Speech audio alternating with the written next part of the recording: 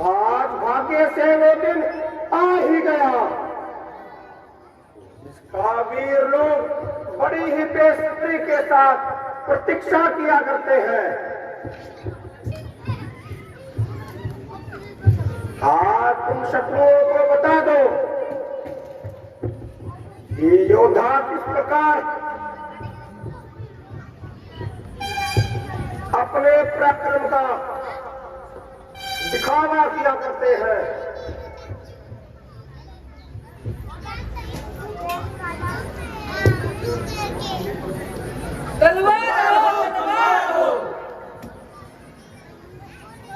शाबाश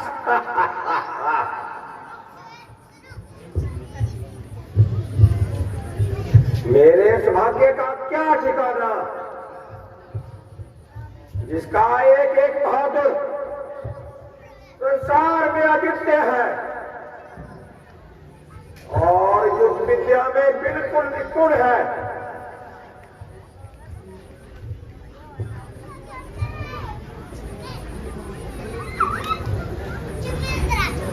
कोई तलवारबाजी में निपुण है, कोई घुड़सवारी में निपुण है,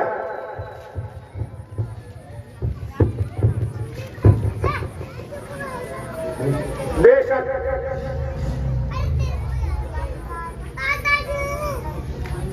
तुम मुकाम हो और युद्ध विद्या में बिल्कुल निपुण हो। जब परमेश्वर की कृपा हमारे साथ है तो यकीन है कि हमारी ही विजय होगी।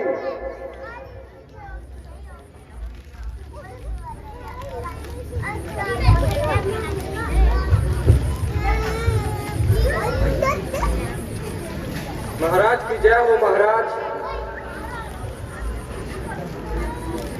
किष्किंधा का एक दूत आया है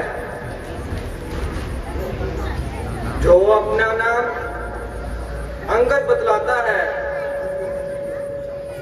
हाजिर होने की आज्ञा चाहता है। तुम जाओ और उसे आदेश से यहाँ ले आओ। जैसी आज्ञा महाराज।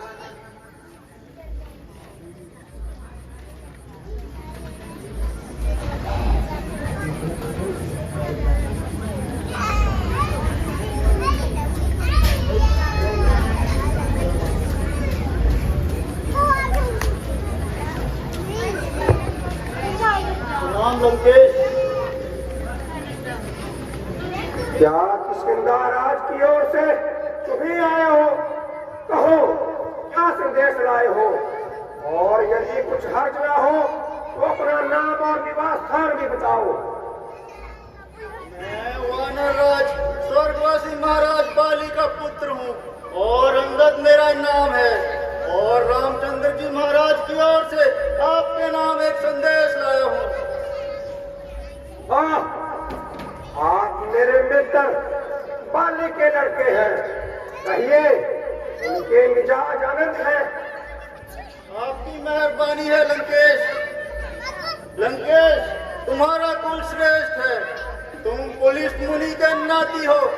तुमने शिव और ब्रह्मा का वरदान पाकर इंद्र आदि देवताओं को जीता है, किंतु चारों वेदों के ज्ञाता होकर ऐसा नीच कार्य किया है कि सीता जी को चुरा कर ले आए। मैंने बहुत देर के बाद तेरी शक्ल पहचानी है, किंतु मुझे इस बात की हैरानी है कि तुमने ये नीच कार्य करने की क्यों ठानी है। आप मुझे कुछ भी कहें, मैं नीच अथवा पतित कहलाने का कब बुरा मानता हूँ। आपकी इन सब बातों को ध्यान में न रखता हुआ आपको समझाना अपना कर्तव्य समझता हूँ, क्योंकि आपके और पिताजी के न केवल गहरे संबंध थे, परंतु आप तो कुछ काल तक हमारे मेहमान भी रह चुके हैं। और इस आघात प्रेम के कारण मैं आपको समझाना अपना कर्तव्य समझता हूँ।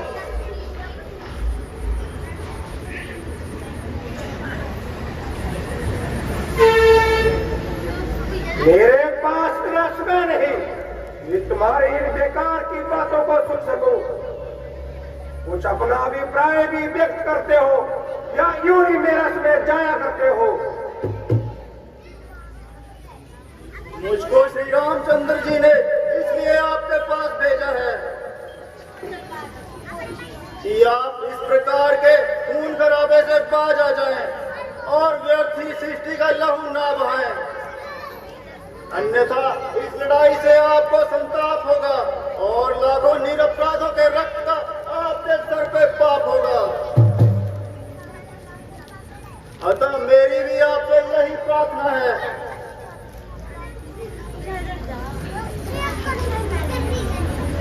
कि एक साधारण सी बात के लिए खून बहाना वृद्धि के विपरीत है, इसलिए अब भी समय है। आप इस अहंकार के खड़क को खूंटी पे टांग दीजिए और सीता जी को रामचंद्र को लौटा दीजिए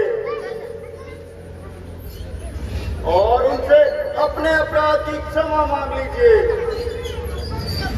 यद्यपि वो आपसे बड़े नाराज हैं,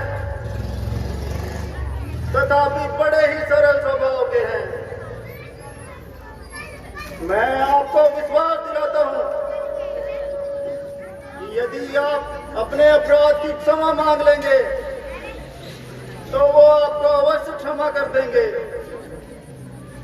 इत्मीनान के लिए मैं इस बात की जिम्मेवारी लेता हूं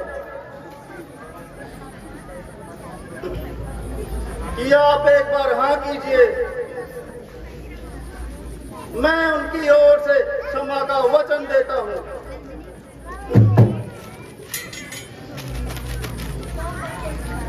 बस को सारे मूर्ख वानर, जरा अपने जवान को थाम। ये क्या बकबक लगाई है? क्या तेरी मौत तुझे यहाँ की चलाई है? अरे और निर्लज, तेरे जैसे नालायकों का तो जिंदों में शुमार है।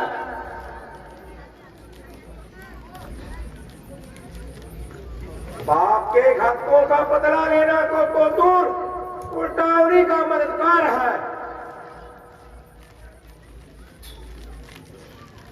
अरे बेहया, तेरे जीवन पर धिक्कार है।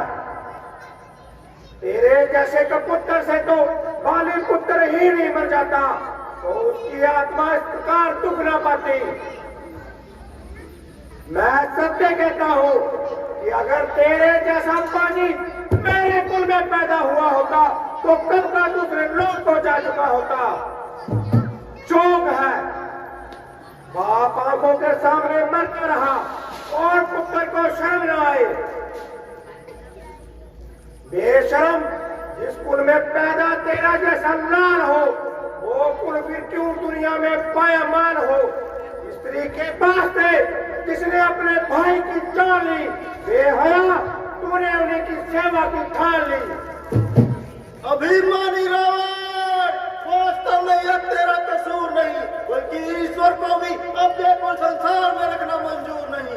उन्हीं के काल चक्र ने तेरी अकल पर ऐसा पर्दा डाल रखा है कि सोच विचार का तेरे भीतर से बिल्कुल निकाल दिया है। शौक है मेरा यहाँ आना ही बेफायदा हुआ।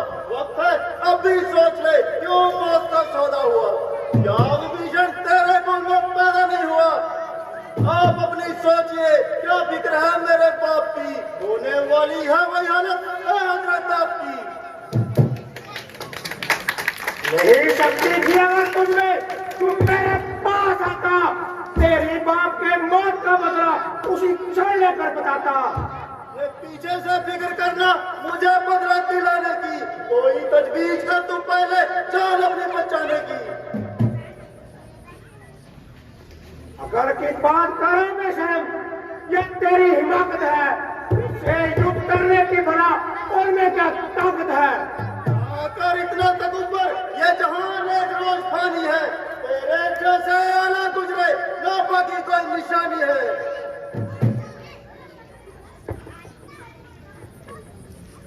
परे हट, दूर हो जा, क्यों मुफ्त में कान गाए हैं। तेरे जैसे बच्चे तो मैंने आज तक पढ़ाए हैं। पढ़ाए होंगे कभी थे जिस दिन आप आपे में, अब तो अकल भी मारी गई है आकर इस बुढ़ापे में। जुबान को रोको जालिम, ये क्या वक्त करवाई है? क्या किसी बेअकल ने तुझे अकल भी सिखाई है? अकल होती तो क्या था, अकल का ही तो रोना है, बदौलते इसी अकल के हाथ लंदा का होना है। अरे मूर्ख वानर, क्या किसी ने तुझे बुद्धि नहीं सिखाई, या तूने आज तक पशुओं में अपनी उम्र गवाई? हाँ, अब ध्यान आया। कौन सिखाए, कौन लिखाए? पिता का साया तो सर से जाता रहा, फिर चाचा को क्या प्रयोजन? वो तुमसे नौकरी चाकरी करवाता रहा, फिर चाचा भी कौन? सुग्रीव, बुद्धि का दुश्मन सुग्रीव,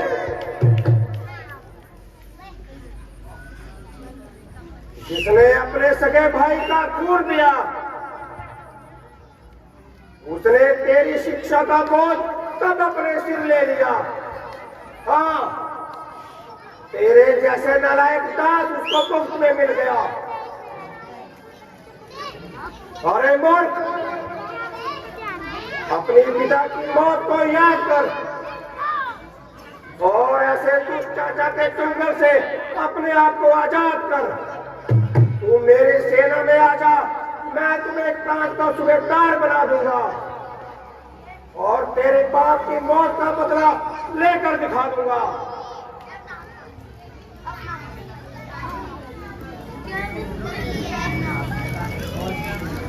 खैर, मैं तो बदतमीज ही सही, किंतु अकल तो आपकी भी ठिकाने पे नहीं है।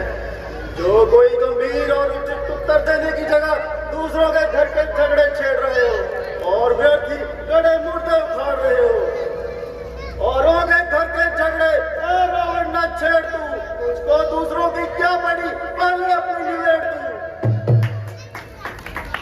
मुझको तो आपका भी वैसा ही अंत होता नजर आ रहा है।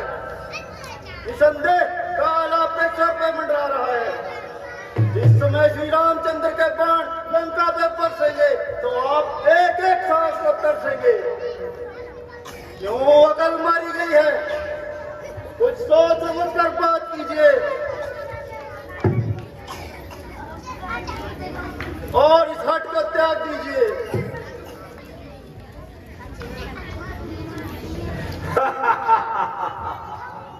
बच्चा है, नादान है, अज्ञान बालक, दुनिया से अनजान है। मैं वो रावण हूं जिसने कई बार अपना शीश काट काट कर महादेव का पूजन किया है,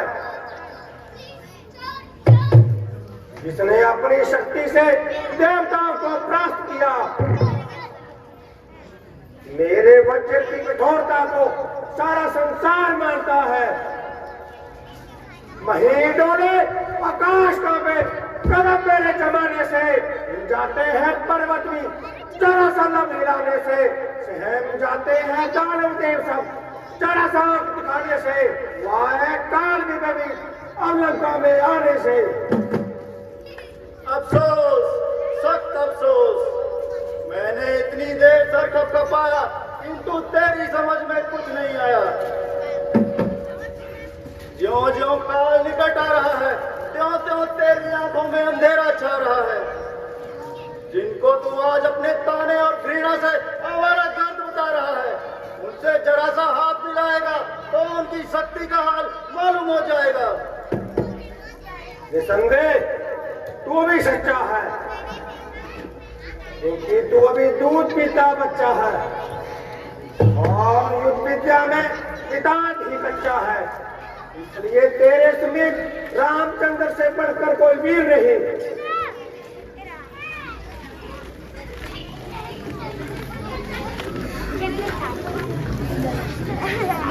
मैं रामचंद्र की सेना में सबसे निर्बल इंसान हूँ और तेरे विचार के अनुसार युद्ध विद्या में बिल्कुल कच्चा हूँ। के लिए अपनी शक्ति का एक छोटा सा चमत्कार दिखाता हूँ। तेरे सामने पृथ्वी पर अपना पांव जमाता हूँ।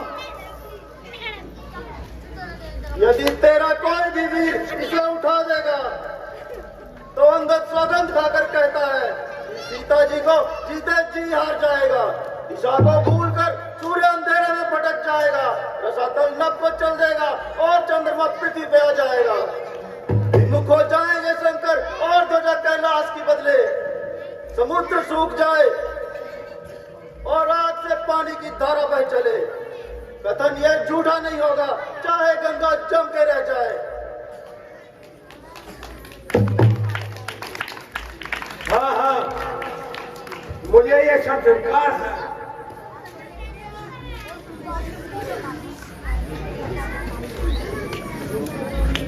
तो फिर बुलाओ, देर करना बेकार है। देखना, फिर पीछे मत हट जाना। तुम्हारा यह विचार बिल्कुल वाहियात है, मर्दों का प्राण प्राण के साथ है। अच्छा बेटा मेघनाथ, क्या देखते हो? इसका पांव उठाकर जमीन पर पटक दो।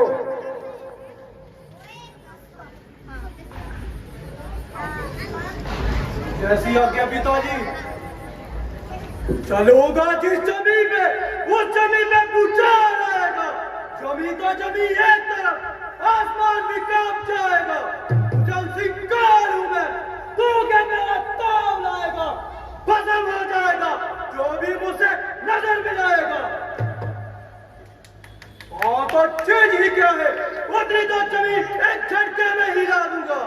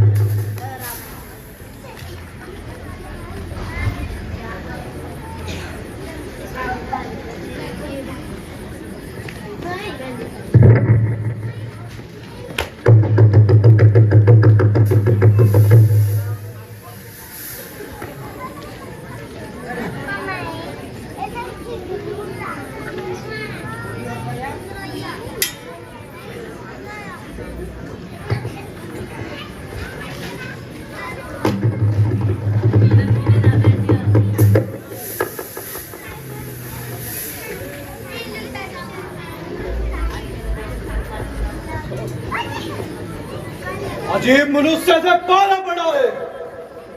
कोई बात नहीं, युद्ध के मैदान में देखा जाएगा।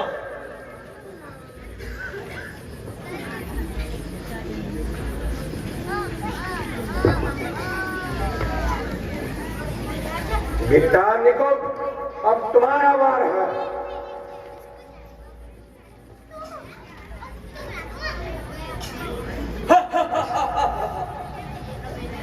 मैं अपनी वीरता के जोर आप सब गाता हूं। नजर मेरी तरफ रखना, फिर यूं करूं के उड़ाता हूं।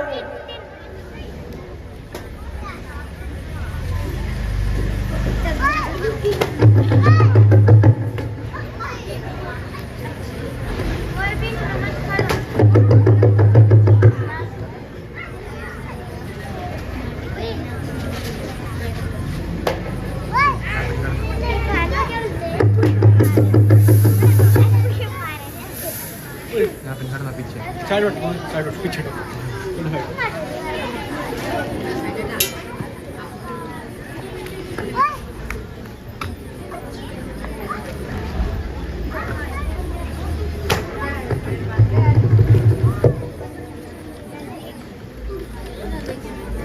हिला दे भाई, हिला दे।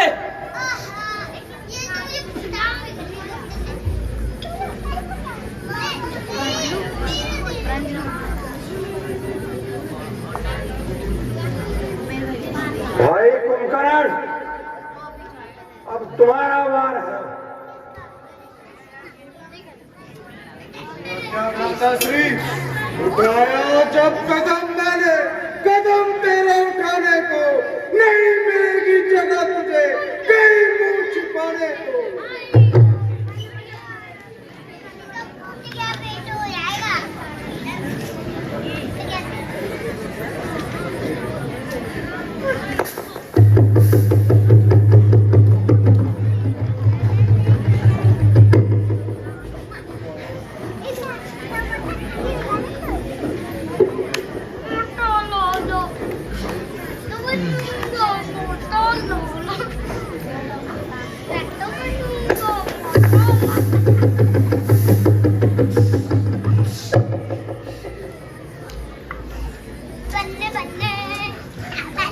तुझे तो मैं युद्ध के मैदान में देखूंगा।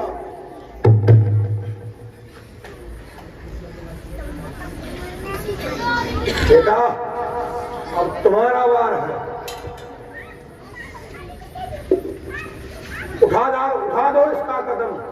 ठीक है पिताजी, मैं अभी इसका पाँव जमीन से उठा देता हूँ।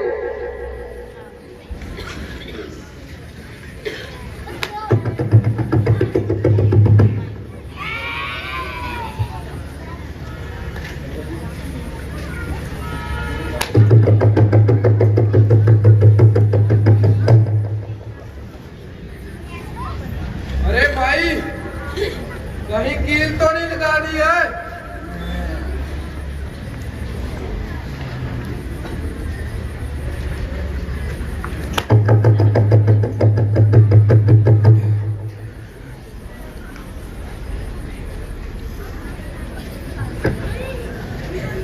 तुमको तो युद्ध में ही देखा जाएगा।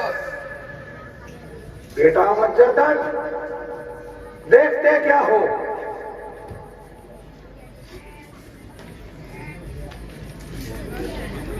ऐसी आज्ञा पिताजी।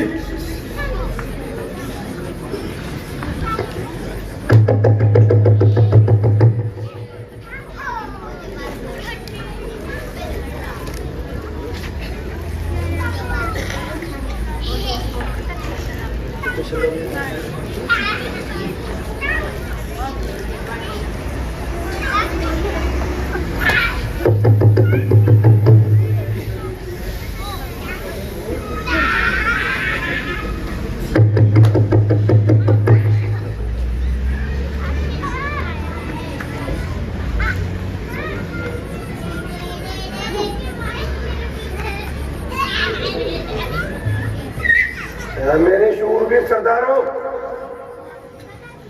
आश्चर्य है, आज तुम्हारी शक्ति को क्या हो गया।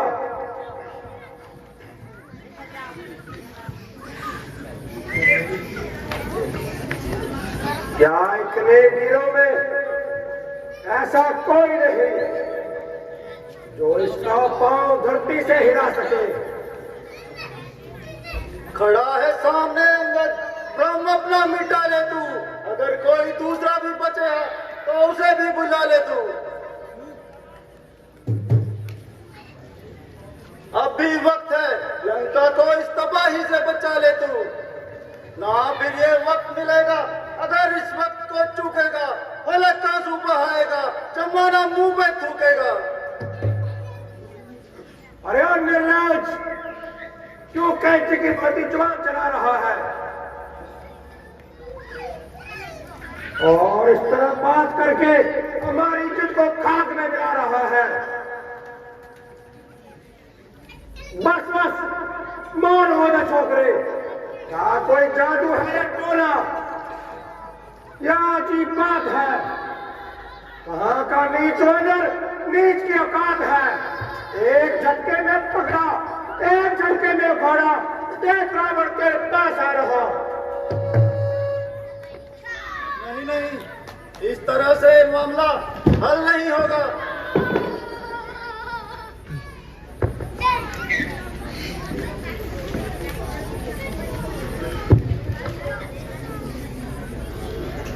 मेरे पांव पकड़ने से आपका कसूर माफ नहीं होगा। यदि अपने किए पे पछता रहे हो और अपने अपराध की क्षमा मांगना चाहते हो तो श्री राम की शरण में जाओ और उनके चरणों में अपना शीश झुकाओ। वो तुम्हें अवश्य माफ कर देंगे।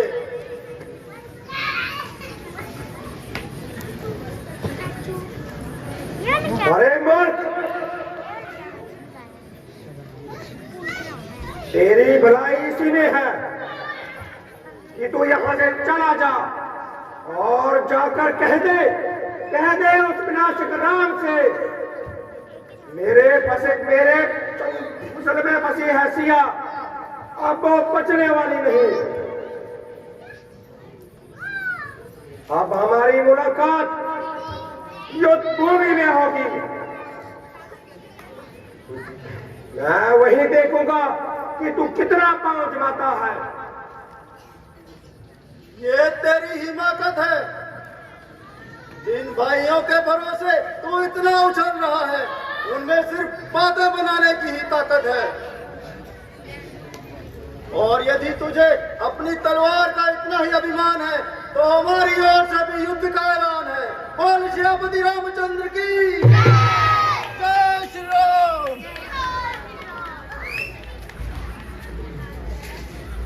वास्तव में रामचंद्र हमसे डरता है, इसलिए बार बार दूध बेचकर संधि की बातें किया करता है। किंतु ये कौन सी मोम की नाक है?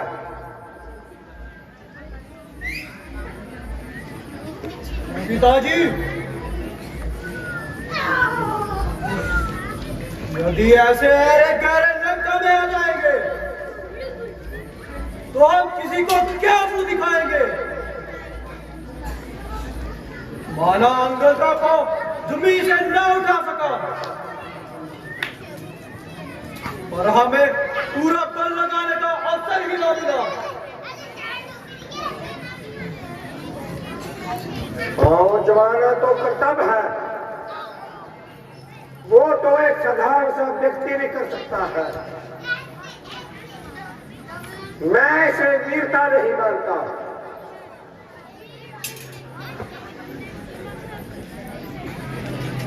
आप इन बातों को जाने दीजिए और सेना की तैयारी कीजिए।